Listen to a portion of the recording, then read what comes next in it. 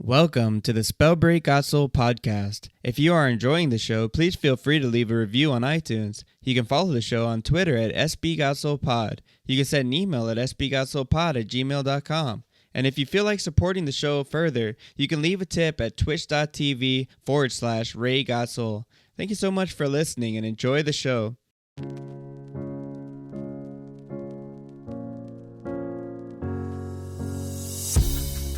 You are now listening to the Spellbreak GotSoL podcast, where we highlight members of the Spellbreak community that are making a positive impact, dominating lobbyists, or simply got soul. Here we offer tips, talk about the current state of the game, and get behind-the-scenes access to some of your favorite breakers. Welcome, and enjoy the show. Welcome. This is episode 5 of the Spellbreak GotSoL podcast. I am your host, Ray GotSoL. Well, we have an announcement this episode. We are now streamlining the show to keep them as close to 60 minutes as possible due to popular demand. We currently have some plans about what to use the spare minutes on, but that will be released at a later date. But enough about that for now. Today, we have a very special guest. He is one of the hardest working content creators in the community. He was the first to max out the Pyromancer class, hailing from Ireland and streaming almost daily on Twitch. I'd like to welcome Merlin. What's up, man? How's it going? I'm really happy to be on, dude. Thank you so much. I've been keeping up with the previous episodes, and I'm really excited to be on today. Dude, it's actually my pleasure. Did you know, after my first day of playing this game, I thought I wasn't going to come back. I came into your stream like one late night, so it was early morning for you. And I asked you, I was like, can I just ask you a ton of questions? Is that okay? And you're like, sure, fire away. So I spent like 30 minutes, 45 minutes just asking you whatever I could think of. And everything you told me helped me to gain the knowledge I needed to continue to play Spellbreak. So I wanted to thank you for that, man, for being an ambassador to the community.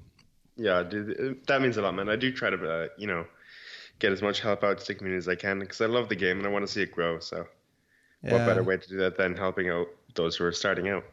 Awesome. Well, how about we jump right in, shall we? Sounds good. All right. So how did you find out about Spellbreak? It was one of the highlight videos that was going around I think November. And I thought it looked awesome. So I signed up for the beta and I didn't get my key till the following month. I started my first game in about mid to late December.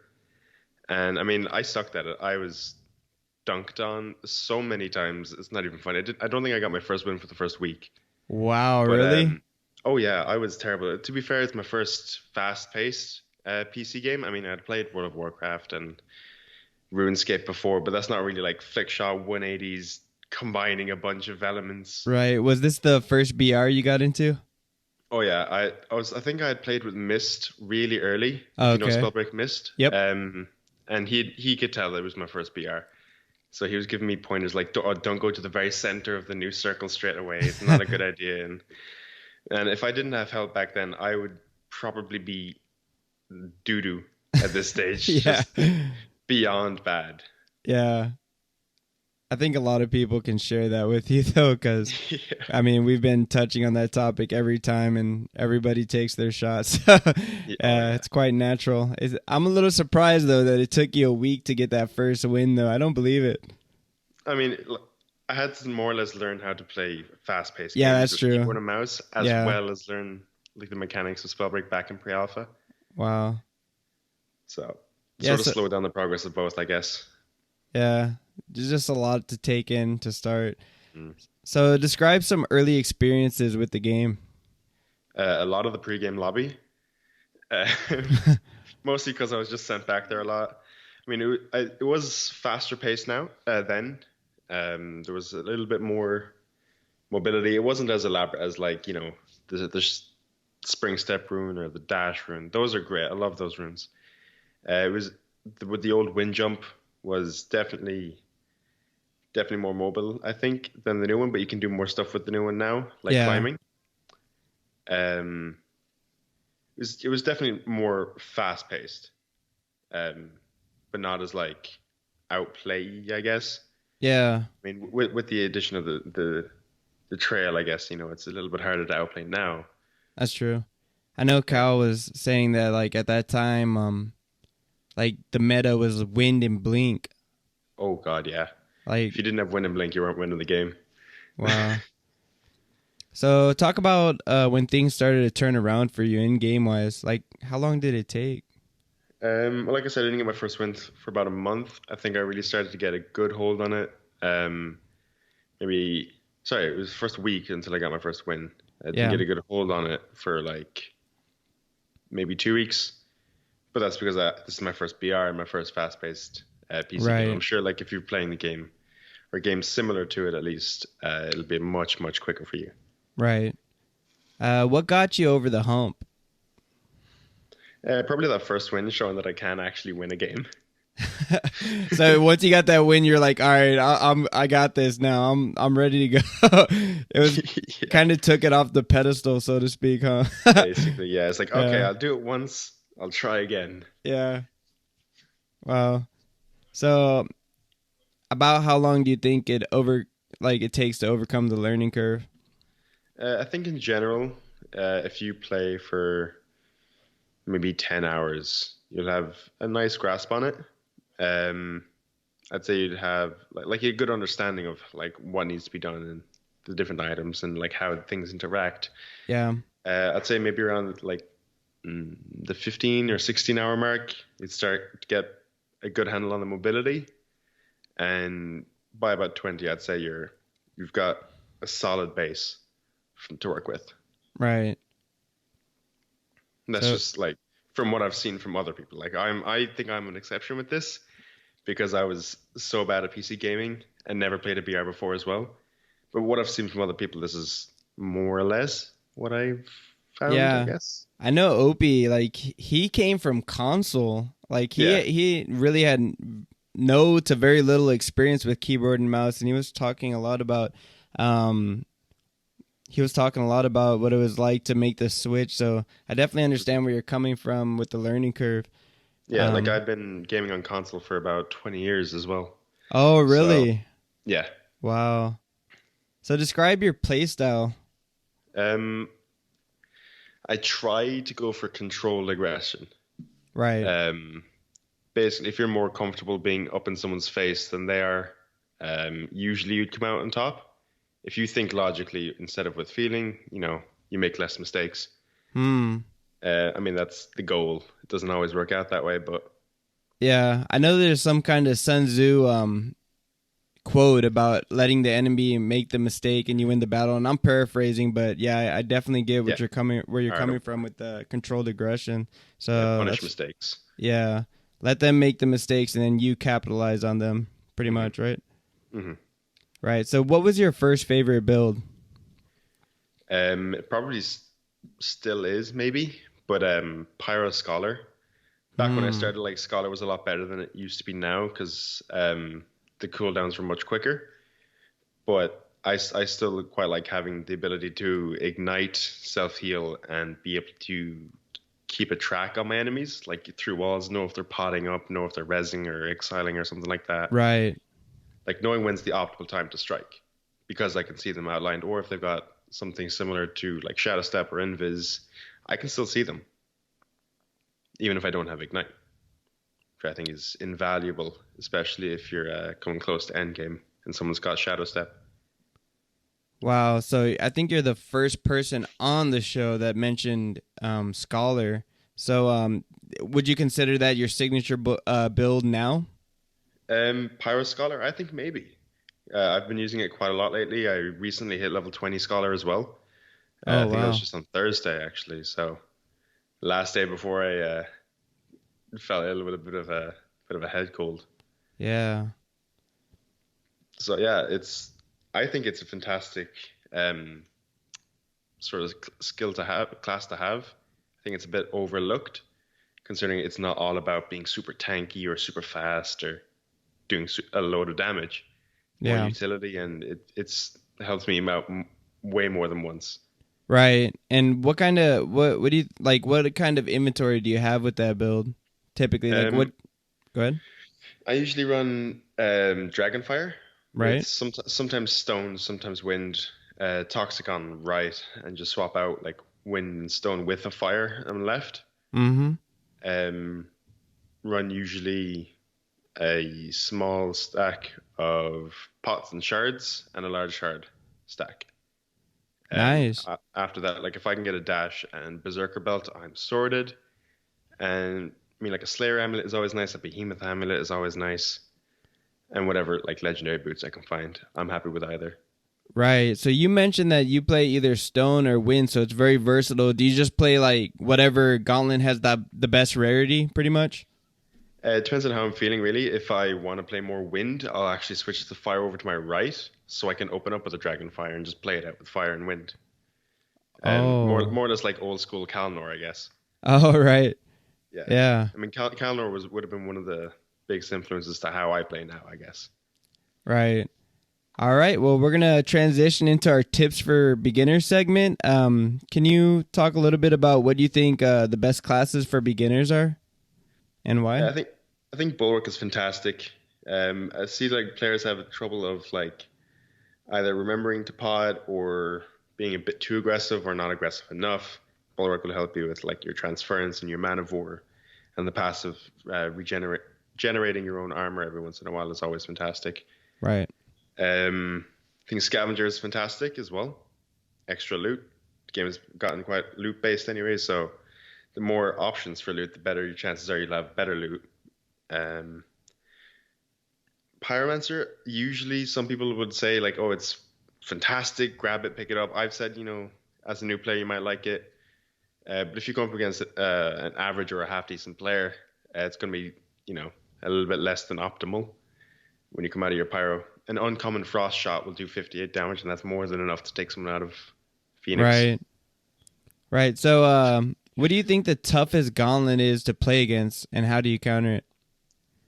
For me, I hate fighting lightning. For anyone who's come on my stream or seen clips, well documented. You guys know I hate lightning. Yeah. It really is. I know how to play against it. I just find it really irritating, like the sound, I think, mostly. I just find it to be very obnoxious sound, especially if you come up against a squad with lightning. It's just super oppressive. Oh my gosh! Just constant chip damage. Yeah, that happened to me last night. Actually, it was quite frustrating. It's fun, right? Oh my gosh! And then they have the conduit, and you're just getting zapped like crazy. Oh my gosh! But we're gonna touch base on that in another segment. But how would you counter lightning? Do you think? Being very close to them. Because it's a burst thing. Yeah. If you were like up in their face, like if you're being a toxic main, similar to how Raycon would play. Yeah. If you're up in their face, the most they're going to get on you is like one shot, one part of the burst, for the most part. So being in like mid range or mid to close range is not fantastic because like that's lightning's optimal range, and if you're the further you are away, but still kind of close, the safer it is for them to use their sorcery as well. Right. Which can leave you open to massive amount of damage. I don't even use lightning on a regular basis, but like even I can hit like 100 damage if I stun someone. Yeah, it's nuts. We've been talking about possibly getting a rework, and I hear on the next patch they're going to be doing reworking the scrolls or a scroll rehaul. I don't know if that's true, but yeah.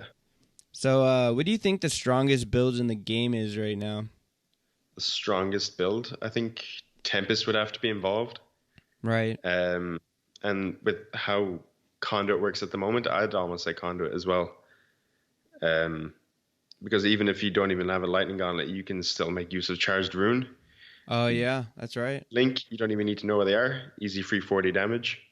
Mm-hmm. If you have a Lightning Gauntlet, it's just even better. Having up to 4 strikes from your Lightning Rod ability, if that's maxed out, that's another 20 damage per strike. And the ball lightning as well. You don't even have to hit them, and you're rewarded with damage. Right. It's very strong. How do you counter that build? Being very close. Yeah. Out DPS them. Because if you're too close for them to comfortably use the strike, they either won't strike or they'll strike themselves if they're in the circle as well. Oh yeah, that's a good point. But the biggest problem there would be fighting against the charged rune, because they could just blink out or shadow step out and stick a chip damage on you. So that's what I'm saying. Like you kind of have to be super close and out DPS them. Yeah, it's definitely a tough build to play against, but hopefully it gets fixed soon because it definitely gets old talking about lightning every podcast. Yeah. But it's a controversial topic, and I don't know. From what I gather, a lot of people agree that in general, just lightning shouldn't be in the game. Just in general, but I mean, the near hits can go in the game that's based around projectiles. Yeah, it definitely seems like the odd one. So, can you tell me what a best build might be in your opinion? I mean, that all depends on the individual's playstyle. Like, I can't play the same way that someone like Hopo Baggins could play, or Crab. But for me, fire all the way for me anyway. Right. Stone Shaper's pretty solid unless someone comes up with Crack Shot. Crack Shot's always a great skill to have. I don't really know if there's any counters to Crack Shots, more of a counter to other things. That's a good point. But yeah, Conduit at the moment is very strong.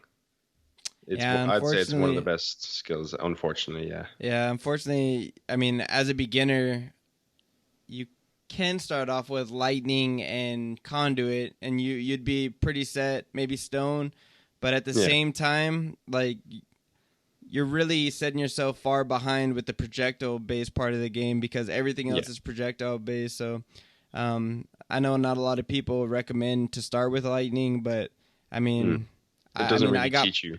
Yeah, how exactly. the game is played normally. Right.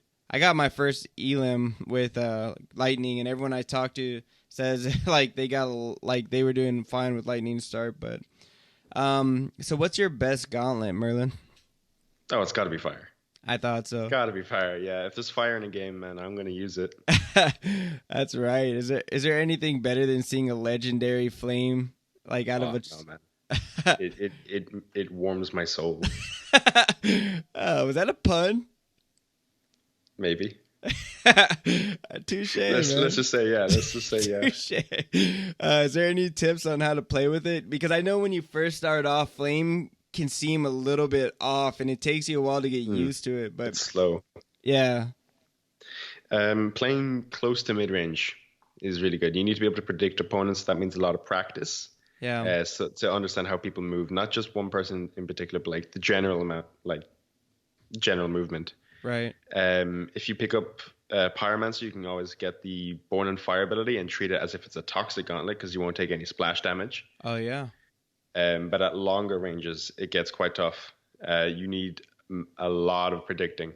You need to get good at predicting, basically, if you want to use it outside of close to mid range. Right. And do you like track people with it, or do you like flick shot it? I know some people flick shot and some people track. Somewhat of a flick shot lead, I guess. Like Right. I'll track them with the reticle. Well, I'll try to anyway, and then flick it a little bit forward to where they're going. And depending on how far ahead they are, depends on how far I have to flick.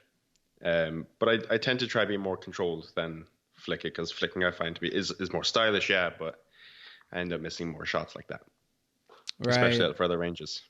Yeah, that because I flick a little bit with my flame shots too, and I know what you mean. Like you get a few in a row, but then like when you're off, because the hitbox is so big. So with flame, so you got to be really off to miss with that. For sure. We're gonna transition into our next segment, getting to know Merlin. So can you tell me a little bit about yourself as a gamer? What was your first system, and which games did you grind over the years? I got a translucent purple Game Boy Color in like 98 or 99, and I had Pokemon Yellow and I had Aladdin on that. Aladdin too. Aladdin. Yeah. Seems like all of us started off with Pokemon. Oh yeah, I mean, it's one of the biggest grossing series, so it'd be weird if like half of us didn't play Pokemon. Yeah, my kids are into Pokemon. They're upstairs right now playing Pokemon card game, dude. And I love it. Nice one. Yeah. So, yeah. I mean, Pokemon's like the gateway drug to games or something. Oh yeah. It's like everybody gets their start with Pokemon. Yeah, for sure. But yeah, I played Pokemon, like the series as a whole, for about almost 20 years. I think I stopped with last generation. Yeah. I got about sort of halfway through Ultra Moon, and just figured, it's more or less the same as Moon, and I stopped with that. I would Right. love to get a Switch and try out the next generation as well, but you know everything costs money, so hopefully at some Oh, point I get to try it. yeah. I got a chance to play a little bit of that Hey Let's Pikachu, and it was Really? awesome, dude. Yeah, I loved it. Ah, nice. Unfortunately, I had Uh, to sell my Switch on my oh wife's no. orders because she's not sure if she wants to get our kids into games, but we'll see how that goes. I'm I mean, there are working on there are it. there are much worse things to get into just Yeah. to find that. Yeah. But yeah, after Pokemon, I got a PlayStation 1 with Spyro, the first two Spyro games on that. Yeah. That was a lot of fun. I got the remastered one, and it looks amazing, but my tastes have changed, unfortunately. So like, it was great to have the nostalgia, but then it wasn't something I wanted to grind out, you know? Yeah. I understand. Um, Was competitive part to blame? Probably, to be Because honest. I can't play any games that are offline or just missions with if there's not competitive. Yeah, absolutely. And after I got a PlayStation 2, I started to get like PvP games. Yeah. And when I hit the PlayStation 3, I was on Call of Duty 4 in like 2004, I think. And I played COD for about like 10 years, Right. 15 years nearly. Just rocked your world, right? Oh yeah. Oh my gosh. Arena PvP was my jam. Yeah. And I know they're trying to bring back Arena with Halo coming to PC, and then they Mhm. got Splitgate out too. Um, but yeah, man, arenas were fun. Do you remember the multiplayer lobbies and what they were like back then? I loved them, dude. did There's you so get much your fair banter. share of words in? Oh, everyone did, That's right, man. Oh my gosh. Only OGs remember, dude. dude. It was bad, dude. Holy Man, crap. 12-year-olds were a thing on Xbox Live. Yeah, did people tell you they were going to come to your house in Europe, or was that an America thing? Oh no, we had it from the UK people as well. Yeah, I'm going to come to your house and beat you up. All those crazy. Oh my gosh. Man. So, can you talk a little bit about your username story? Is there any origins behind that? So I played about 2,000 hours of Destiny 2, right? Right. And in the February after it came out, so nearly 2 years ago now, I think, or at Mm, least a year and a half, I think, nearly by this stage, I joined a clan called the Knights of Pendragon. Like, I left the clan later on for other reasons, but right. it was all of the admins in the clan picked up sort of, I guess, title names that were based in Arthurian lore. So the clan leader was King Arthur. His wife was Guinevere, and there was admins like Sir Lancelot, Sir Galahad, and all that That's other kind of stuff. neat. Yeah, no, it was a great concept. Yeah. I was a warlock main, and I loved magic. So Merlin wasn't taken, so I just picked up Merlin, and it stuck. How was Merlin not taken? I don't know. Well, I think everyone else thought, okay, it had to be a knight of the round table. So I was like, yeah, let's think outside the box. right. And there it is. So, what compelled you to be a streamer? Well, actually, I started with doing YouTube videos for a while. I started my YouTube channel in like July, nearly 2 years ago, I think, Mm-hmm. or at least a year ago. And I did a lot of Destiny 2 videos. Wouldn't recommend going watching them. They're not very good. Uh, but whose videos are good to start with, you know? Yeah. Um, I found that I was pumping out about 5 videos a week and spending almost half the amount of time I would normally streaming. And you guys know how much I stream, so that's Right. a lot of time. I did get pretty decent with editing, with Photoshop and all that other jazz. But I just felt like it wasn't quite my style. Right. I felt like I was putting in more effort than I was getting, seeing the effort being coming out on the other side.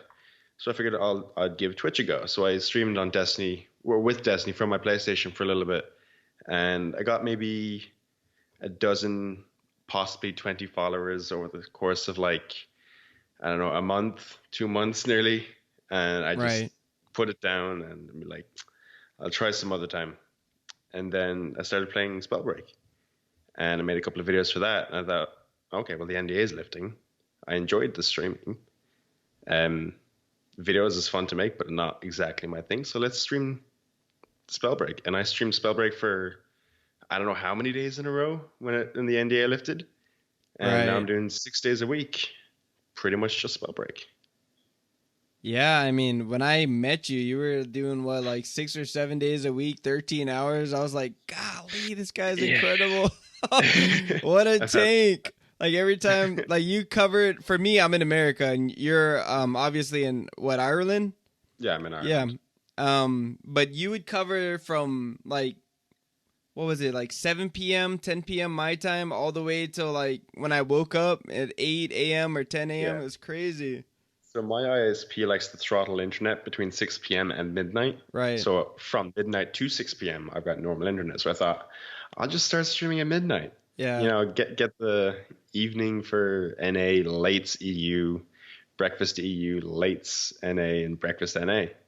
Just because I wanted to do streaming because like I live in the middle of nowhere. My house is on literal raised bogland. Right. So there's not a whole lot of people around here. So I did these long streams so I could get to talk to and meet as many new people as possible who are interested in the same game that I am. So like I did sort of switch it up to start at like 6 a.m. my time instead, just because I needed a better sleep pattern. Oh yeah, of course, man. As a streamer, like any streamer knows that like those hours are probably the hardest hours to pull. Yeah, they really chip you down. Yeah. And I did have like 2 or 3 weeks in a row, just 10 to 13 hour streams every day. But I figured I'm gonna burn out. I got to cut it down to at least 6 days. So this way at least I can keep going longer. Yeah, you definitely want to be given that quality because I feel people, they sense that, you know? Like that's the same reason why I've taken recently off like a couple of days because I knew I wasn't going to be all there for streaming. Right. And I wouldn't want to, put out content that I'm not proud of. Exactly. Kind of leaves a little bitter taste in your mouth when you have a bad stream, doesn't it? Oh, yeah. Yeah. So, which hurdles do you face in life and how are you overcoming them? Well, it's not too much of a current hurdle, but I did experience from severe depression for about, I want to say 13, 14 years. Wow. Yeah, it started early in secondary school. Like for us, secondary school would be like middle school and high school, sort of set into 5 years. Right. So from the age of about 12, 13, I wasn't in a fantastic spot. And like if anyone is listening and you're experiencing the same thing, talk to someone. There is 100% always going to be people who want to help and listen. Yeah, so sorry. So yeah, it stemmed mostly from I grew up in a rural area and my school was rural. I think it was ranked 4th last school in the country. So like the students there, some of the guys there were fantastic, but overall it wasn't like the most academically inclined school. So for me, like being bi and coming out there wasn't exactly an option until I got into college. And like, hey, this is a thing, because the college I find to be more accepting area, more so than like a rural school. Right. So like in combination with being bi and having friends get all these girlfriends and me not being able to be exactly what I wanted to do, sort of put me out on the side. And like, well, I felt like I was being put out to the side, and I just did my thing, and get very isolated and lonely, and thoughts set in. And it's such an ugly feeling to feel like you're outside and you're not accepted. It's so ugly. It really is. At least now, like, thanks to like the fantastic support I get through Twitch and Spellbreak and all the people I had when I was in college as well, you can really be who you're supposed to be, not like what people say you should supposed to be. Right.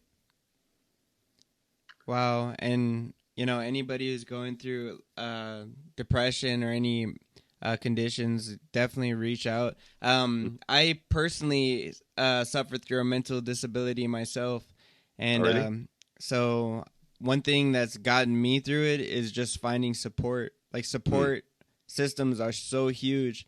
You know what I mean? Because sometimes you don't have those coping skills to help when you're going through those problems. And when you reach out to someone, it just feeling that warmth, that love, like it really can mean the difference a lot of times in people's lives and, you know, in making it or not making it, you know? And if you don't have a friend who you trust with the sort of information, you can always go to a professional. Like they get into the profession because they want to help. Right. So if you need the help, don't hesitate. Yeah. It will literally only take longer to heal. Yeah. And I know the stigma like around like paid professionals, but there's really nothing wrong with it. Like it's amazing. Yeah. I had that when I went in as well. Yeah. But after like a few sessions, you do start to see, you know, that they are there to help. Right. So don't be afraid to ask out for help, guys. Merlin, thank you so much for opening up about that. I'm sure that was tough. If not, then great, man. I'm glad you're overcoming it and being a light, man. Yeah, man. I mean, you know, there are some bad points, but there's a saying that I quite like. It's always darkest before the dawn. Yeah. So no matter how bad it gets, it will always get brighter. You just gotta hold out, get the help you need. You'll get there. Well said, bro. Like, I just got goosebumps when you said that. I love it. I'm sorry, guys. I'm so full. This kind of stuff is just music to my ears, and now I'm pumped. I'm so pumped. Okay. You know what? We're going to skip this. Is there anything you're not good at? We're going to keep going on this positivity. So, right. Is there any other hobbies you have besides gaming? I used to write quite a lot. I did fiction, sci-fi. I mean, I touched poetry a bit, but I was not really good at it, so I didn't really pursue that all that much.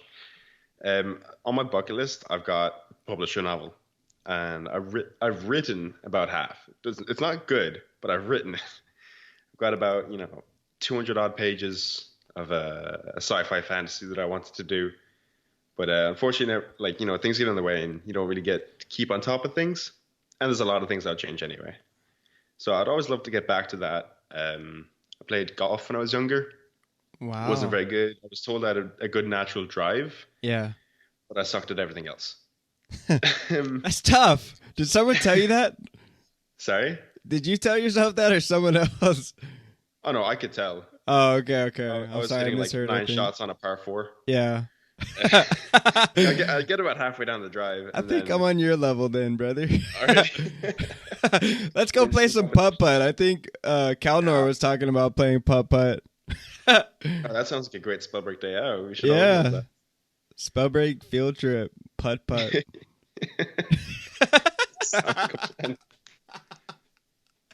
Oh, I'm sorry, dude. You left me on such a high note with those words, bro. Sorry, I'm gonna be cheesing for a while. Yeah, I love the positivity. Positivity just gets me. Yeah, I'm all about that positivity now, man. There's no room in life for negativity. Right. That's where I don't have much time at all for trolls. I don't like having arguments. Yeah. Time is finite. Make the most of it. Yep. So true. I want to ask you this question, bro. What is your biggest dream? My biggest dream? Yeah. Okay, if we're gonna stick with cheesy. Stick with cheesy, man. Let's just write it. Okay, I know I'm not the best player. Right. But I've always had, since I found out about esports, I've had this sort of idea in my head about how awesome it would be to be up on a stage and in a high stakes tournament and people just sitting in even a living room watching and just being super pumped and super amped for everything you're doing, and just having that sort of ecstatic atmosphere about what you're doing in a video game, I think would be. So you want to play on main stage? Oh yeah. Wow. Yeah, as cheesy as it sounds. I've been on main stage a few times back when I used to compete in Gears of War, dude. It's crazy. There's just people. There's rows of people watching, and I don't know. I've done well on main stage. Not to toot my own horn, but just you kind of see a little bit about yourself. You know what I mean? Yeah. And I everybody's watching. Oh yeah, I think streaming is a good way to maybe get closer to it as well. Yeah, I think that's 100%. what Shroud did, wasn't it, as Yeah. well? He started off as a streamer, went pro at CSGO, and back to streaming, Yeah. I think. That's the dream. I mean, I used to have this idea like, oh, I'll be a doctor and I'll save people and all this stuff. And then I found out how poor they treated new doctors here in Ireland. So I'm like, let's maybe not do that. No, Um, let's go play on main stage, right? exactly. I mean, if I For studied a money bit too, harder, right? Finals. I Why mean, not settle for just being on main stage? Let's just go for the whole Yeah. thing. ex- Banshee, dude. Come on, Spellbreak devs. You guys got to get this game in beta so we can start competing for Bro, Merlin. if we had an arena mode, Yeah. I think that'll really kick it off. Oh, yeah. For a main stage sort of environment, I think Oh, yeah. arenas would definitely be what's needed. Yeah. Yeah, and I think everyone who's been on the show so far has actually talked about, wanting an arena mode. It just makes so much sense, to be honest. Yeah. So if Like- money wasn't an issue, what would you be doing every day? I'd be streaming. I mean, if I had the energy to, I'd be streaming every day. How about this? If internet wasn't an issue, what would you be doing every day? I'd be doing longer streams. I know. You'd actually be doing like easy streams, you know what I mean? That are not so taxing on your body, like Dude, okay, no, that's the dream now. To have stable internet. right. Oh my gosh, Merlin. Poor Yeah, guy, so- dude. Starting You're a like, stream at 9 a.m. would be real nice instead of 6 a.m. that's why you've been getting sick all these times, dude, because you have to wake up at 6 in the morning and That's rough. yeah. Let's hope for better internet, dude. That's Yeah. my wish for you. Thanks. Yeah, but definitely respect the grind, brother. Like I had to say it, dude. I feel like you're one of the hardest working people in the community. Like you're willing to make whatever sacrifices it takes, to get yourself to the next level, and you're definitely like very dedicated. So, you're definitely someone I look up to in the community as far as like grind goes. Thanks, man. I mean, I know the sort of level of work it's going to need once I started streaming. Like when I started streaming, I had no idea it was going to be as taxing as I found it to be. Right. But when I did get a taster, I'm like, okay, this is what I need to do. I'm gonna put the work in. I'm gonna get there. I don't care how long it's gonna take. I'm gonna get there. Right, and I love the determination and relentlessness.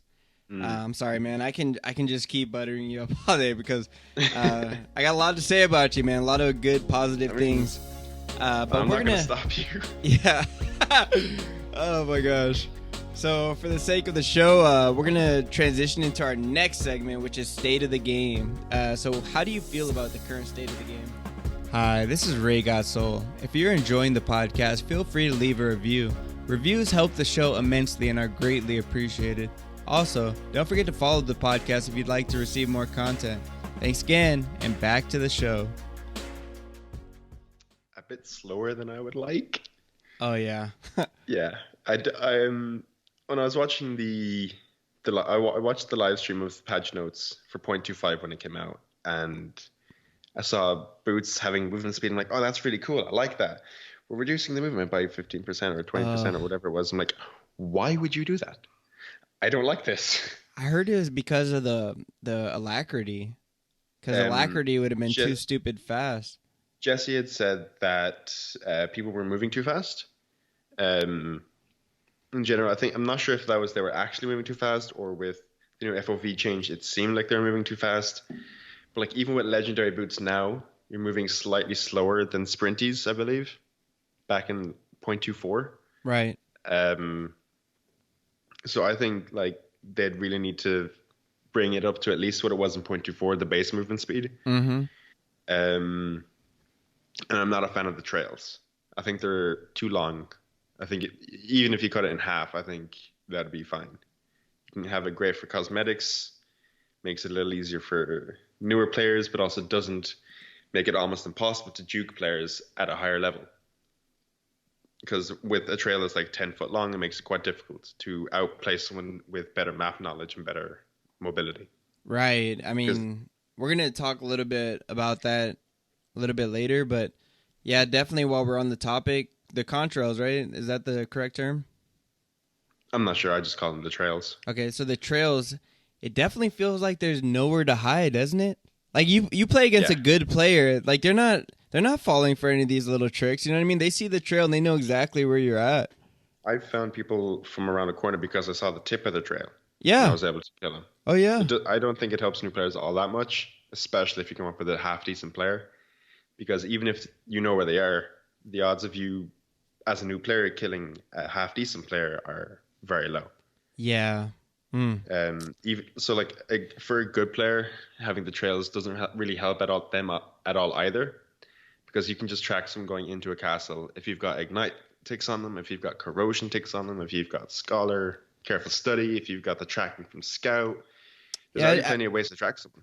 It definitely was an interesting add to the game, I think, because with the health bar and like I see what they're trying to do. They're trying to help people understand when the time to push. Maybe trying to speed up TTK, time to kill. Yeah. So I think they're really trying to speed up TTK, but at the same time, like, in a battle royale, it's working, but I think that actually hurts newer players, right? Or hurts in a battle royale, I think. Anyway, if it was an arena style, I think that'd be more acceptable because you've got respawns, right? Rather than you've got one life. Make the most of it. Yeah. How do you feel about patch 25 overall? There was a lot done on this patch. There really was. They took out all the elemental amulets. Yep. They basically made a huge overhaul of all of the items. Right. I do quite like the progression of it now, though. Same. I do like how armor is tied to your belts, mana is tied to your amulets, and speed is tied to your boots. I don't like how RNG can be at the very beginning. Yeah. But come late game, you do feel very, very strong. Right. I mean, they definitely. I've said this in the last show, and I feel a lot of people can agree. But they definitely accomplished the goal of adding value to rarity. Because before rarity, it didn't feel like it made sense. It was like it was kind of weird. And like I said with Opie, it felt jumbled a little bit. You know. Yeah. But I do feel like it is a bit more loot based now, more than skill based. Like at the moment now, if I see a lot of portals around a skill point, I don't even care about contesting it. I'm just gonna get better loot, fight them later. Because like as a that's a good point. Player, yeah. If you've got better loot than someone who's got like 10 skill points, if you're a better player, you're gonna beat them if you've got the loot. Yeah, I think I agree with you. It is pretty loot based. You're at such an advantage if you have better loot, especially like your amulets. Well, actually, all of them. I think to a lesser scale the boots, but definitely with the belt and the amulet. Yeah, you get legendary on that, and you're set.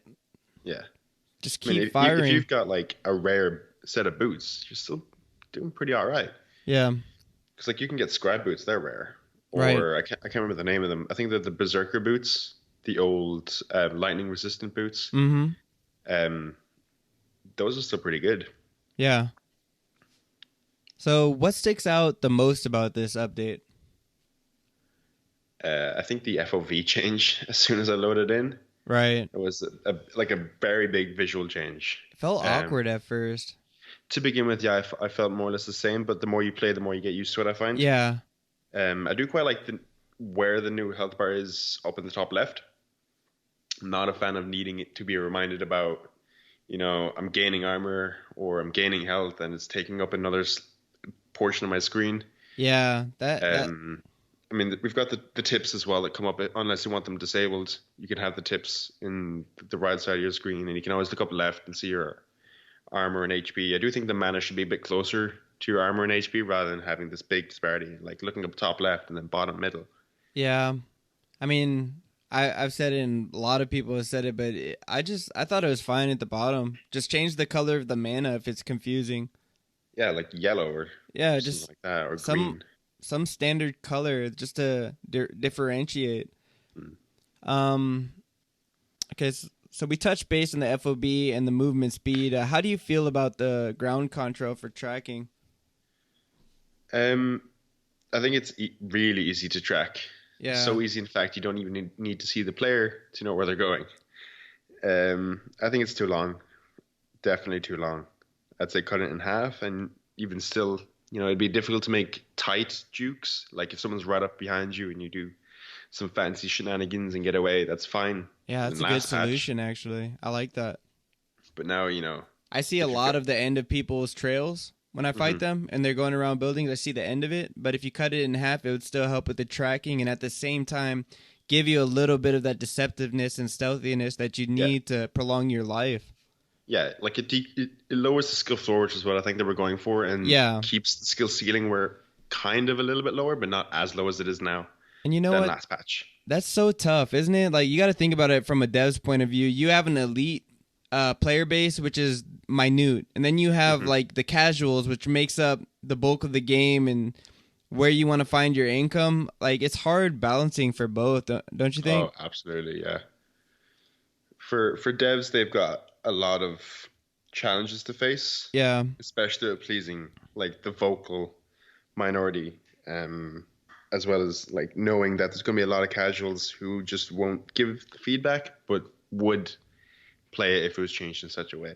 So they need to think for the casuals a lot of the time. yeah. And how do you feel about that? Like, what would your solution be to that? Because that's, I mean, this is kind of tangenting off base, but Yeah. I'm just a little curious about that because I mean, obviously, as better players, we want skill gap. We want to feel Hmm. like we're outskilling people. We don't want to feel like we're winning because we have better loot. We want to win because we think we're the best, and we put in the time, we put in the effort.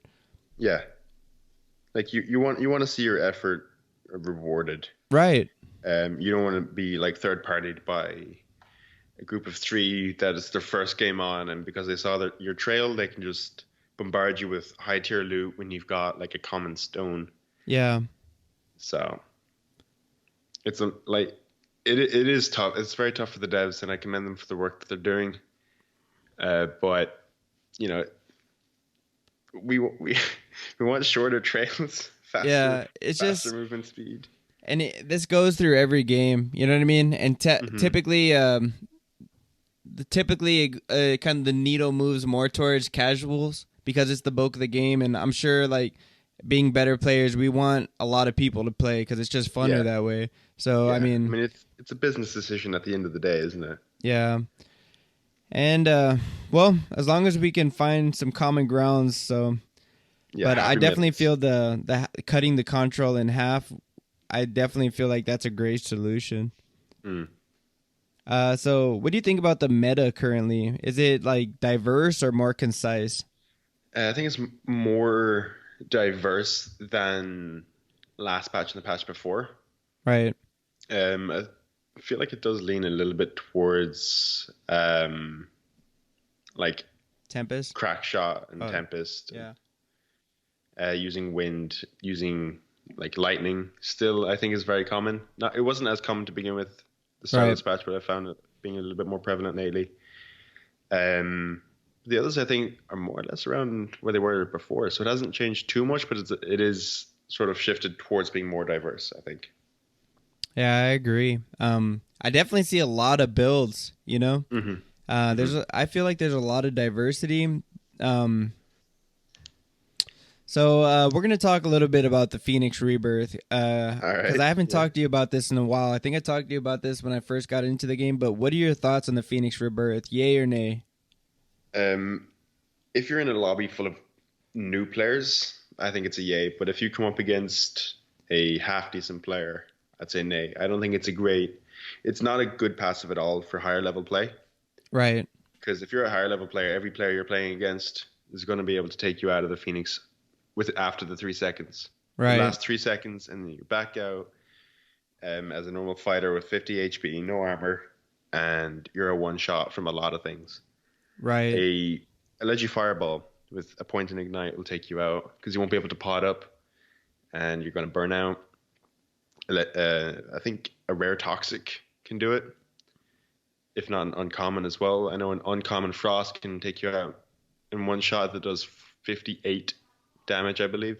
Right. there's a lot of ways to take someone out of Phoenix if you're a half decent player if you time it right. Like there's a clip of me taking out someone in Phoenix less than, I'd say, almost a third of a second. I'll never time it better than that. But I fired the shot before he was even out of Phoenix, and it killed him. Yeah. While I So believe Hope Bagman's was like practically on top of him, and if you time it right, you can just destroy someone's soul when they think they've got a second chance. Yeah.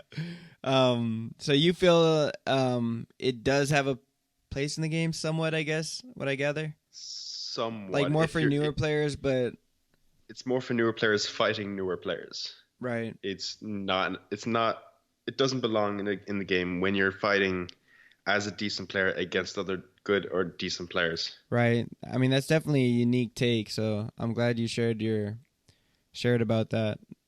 What are your okay, so this is it. This is the time right here. What are your thoughts on the Lightning Gauntlet? Does it belong in the game?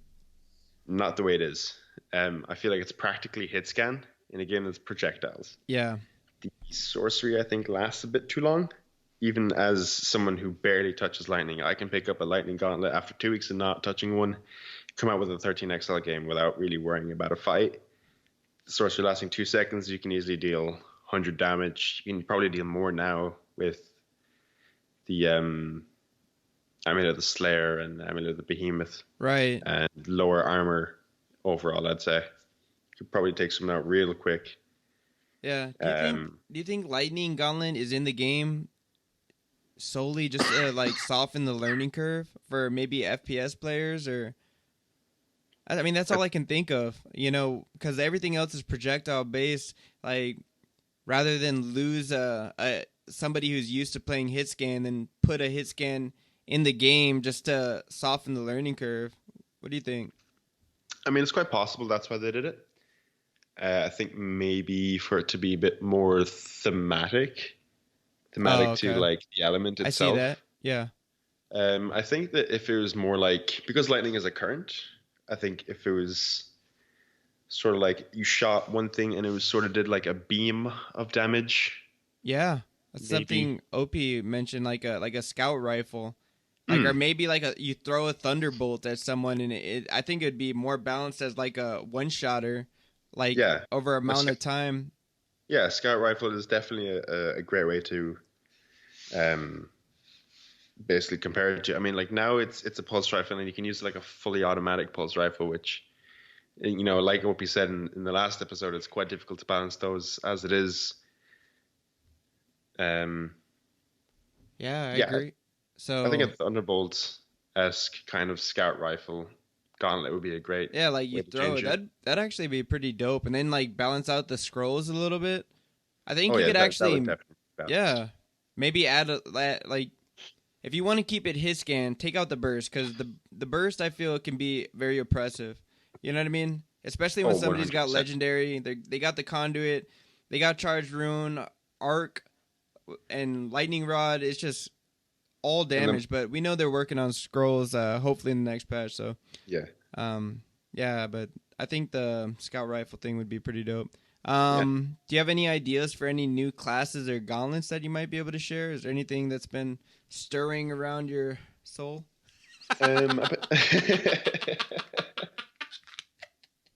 You like that one? So sorry, dude. That was so cheesy, but you've been hitting that soul pun all shows. I had to find my place, dude. I mean, I quite like the idea of a nature gauntlet, maybe. Okay, nature gauntlet. I'm sorry. Okay, like maybe like a druid class. That'd be pretty cool. Yeah. To go with it. For the void or a darkness sort of gauntlet, that'd be pretty fun as well. Yeah. A necromancer class I read in a Twitch chat once. I can't remember the username, but they were saying that you were practically sort of tied to them through like your HP. Like if you res them with full HP, they would have full HP, but if you die, they die. That's interesting, but it's kind of complex too. It's like kind of simple. It is very complex. Yeah, it would be definitely sort of a high skill ceiling sort of class to play. Yeah, especially in teams, because you would have to protect them so much. Right. Maybe a healing gauntlet that also deals damage to enemies. Of course, that'd have to be balanced very carefully. But I think there's an Overwatch character that does something similar to that. Mm-hmm. Um, yeah, I suppose that could be in the game. You could probably tie like a healing class to that as well. You know what? I think that would kind of add a lot more tactical strategy to the game, like especially in the competitive setting. And it'd be nice to know, like, just casually, you know what I mean? If what is it with Apex? There's a healing person in Apex, but there's a class in I can't remember. I don't play Apex that much. I'm just gonna cut that part.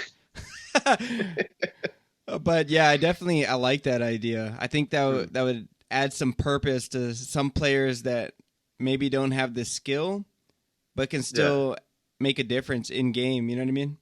Yeah, absolutely. I know like having a combat medic is very useful. Like raids in World of Warcraft, you had a couple of healers. You know, you can't like take on big fights without being able to recuperate yourself, and especially with third party be so prevalent in battle royales, it would definitely help mitigate like just coming in from a third party, fighting them off, and another third party comes in, and you've got like no HP to fight them off. At least with a healer, you could sort of be on top of it a bit more.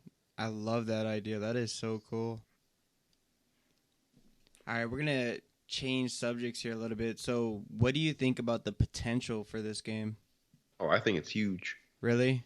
You see it Not as big. up? I don't think as big as Fortnite. I think that just went a bit off the deep end when it hit console. I could see it being bigger than Apex, and keeping that sort of level. I don't think it'd be as big as what I think it could be without spreading to other platforms, though. Yeah, I think it would definitely need to hit consoles. Hopefully not mobile as well. I wonder how they would do it though on controller. I suppose I don't think there would be a whole lot of crossplay if they had a controller as well. That'd be really tough because like fights are so mobile. You know what I mean?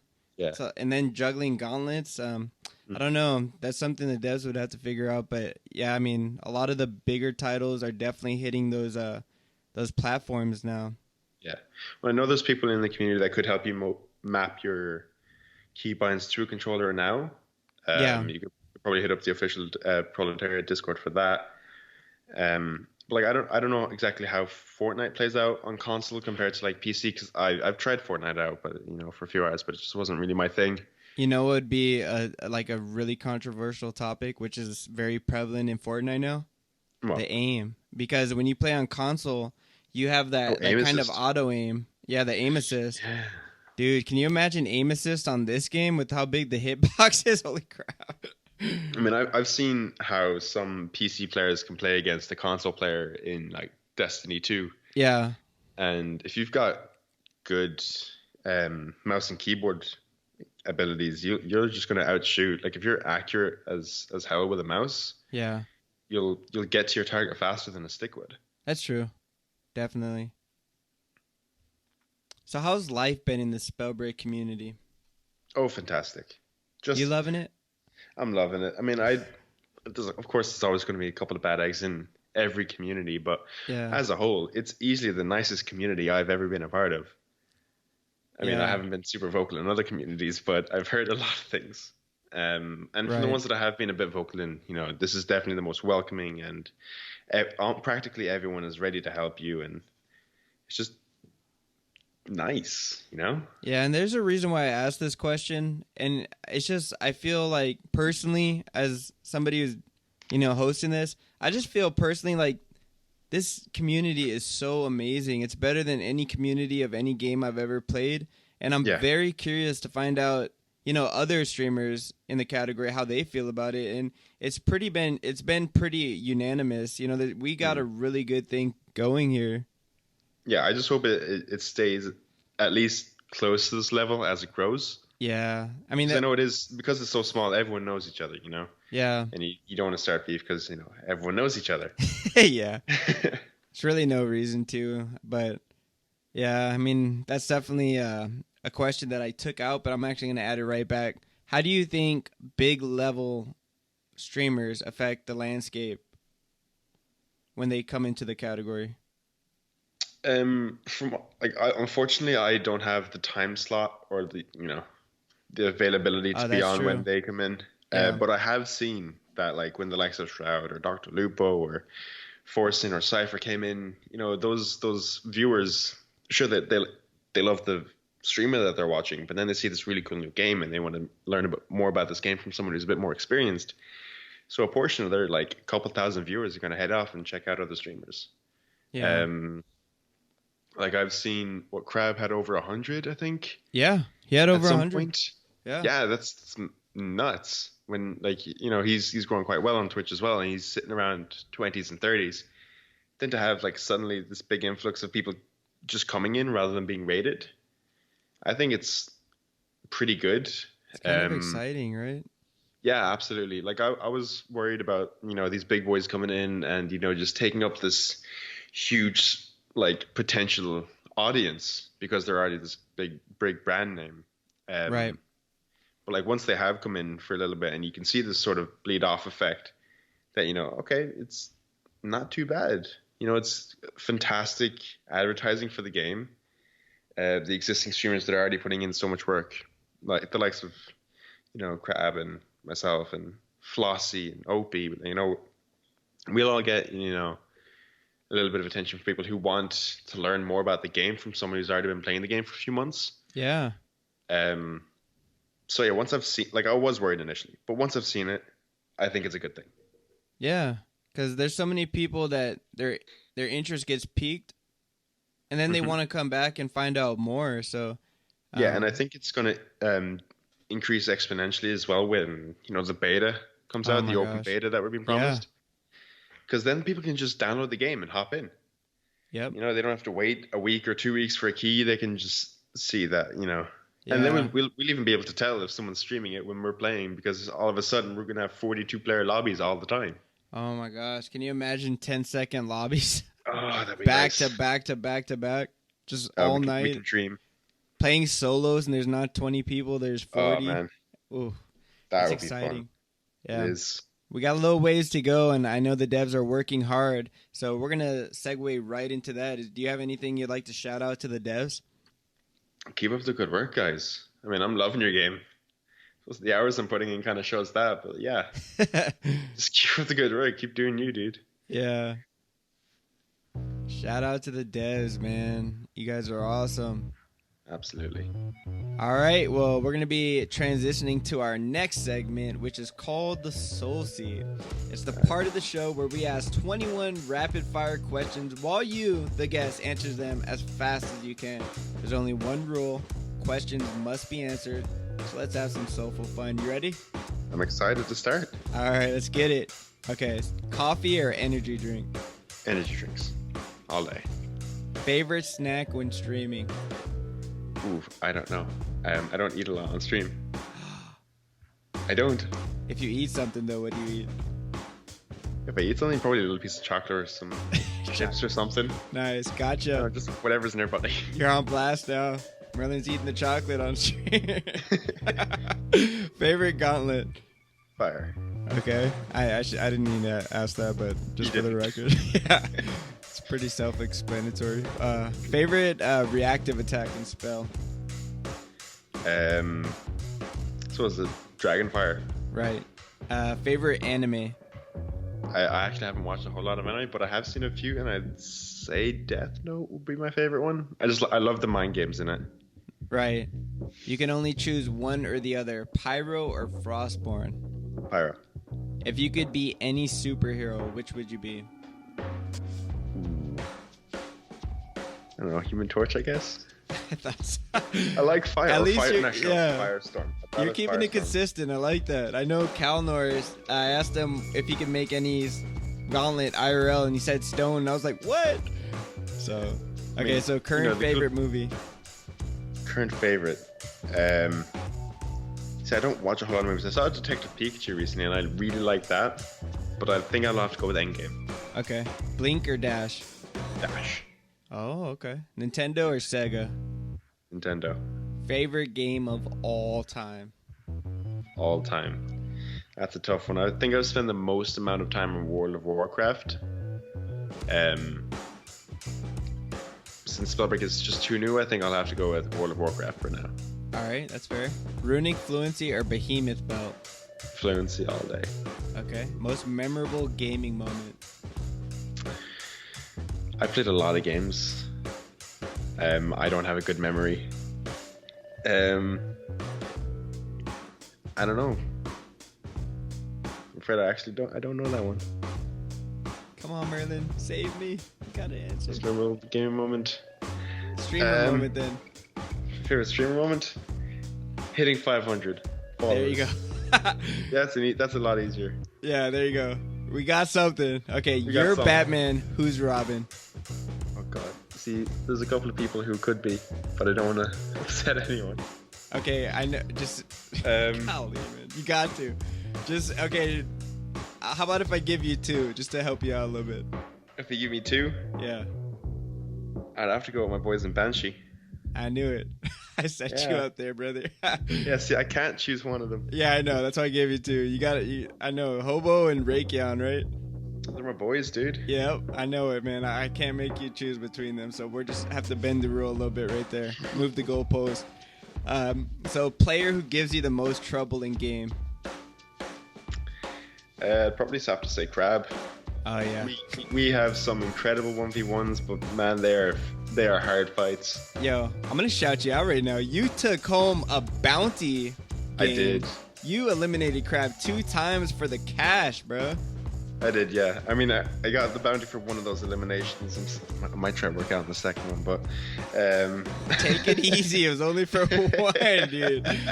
And that's why we had this little like thing going where you put in your title Merlin the Mercenary.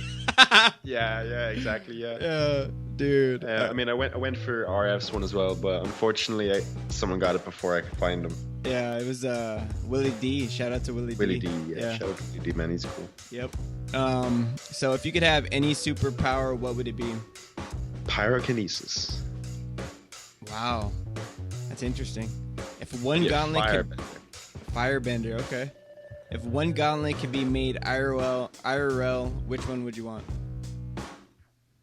I mean, to be honest, free electricity doesn't sound bad. It was a trick question. You're supposed to say flame. Fire, of course it'd be fire. No, it's too late. I can't not have fire. It's over. You said electricity. No. I said it would be nice. No. Favorite color. Oh, that's green. Easy. Okay. Most underrated item in Spell. Both of them? Or one? One. I already gave you the Batman Robin one. Yeah, that's fair. Yeah. I think Spring Step, given its rarity, Yeah. like uncommon for such that level of mobility, I think it should be rare. Right. Current favorite song. Till I collapse. All right. Okay, so your favorite movie was Endgame, so I think you might have an answer to this. If you could wield one Infinity Stone, which one would you want? Ooh, the Time Stone. Time Stone. What? That's Doctor Strange's stone, right? That is Doctor Strange's stone. Dang, yeah, the Time He's a Stone. wizard. Pretty dope. Yeah, seeing the future. Mm-hmm. He pretty much clutched that, didn't he? Because he had to sacrifice the Time Stone just to give them a chance. I wonder how many times he had to do that in the future, and it still didn't work out. He said some obscene number. I can't recall. Yeah. Yeah. Well, we're out of time, man. You just finished the Soul Seed. How'd you do? I think I could have done a little better, but hopefully didn't go do that. Yeah, like saying flame instead of electricity. Come on. I said it would be nice. Yeah, I got you, man. It was just too tempting. Yeah, I know. I left it too open for it. Yeah. All right, guys, that's it for today's show. If you'd like to catch more of our guest Merlin, you can watch him live at Twitch TV Merlin_the_wizard, or you can follow him on Twitter at Merlin_D_wizard. Once again, Merlin, thank you so much for sharing your soul with us. And until next time, salute. Any last words, Merlin? Thanks for having me, dude. It's been a lot of fun. Dude, I had a blast, Look man. forward to the later episodes. Yes, sir. All right, guys. Take care. See y'all in the HoloLands.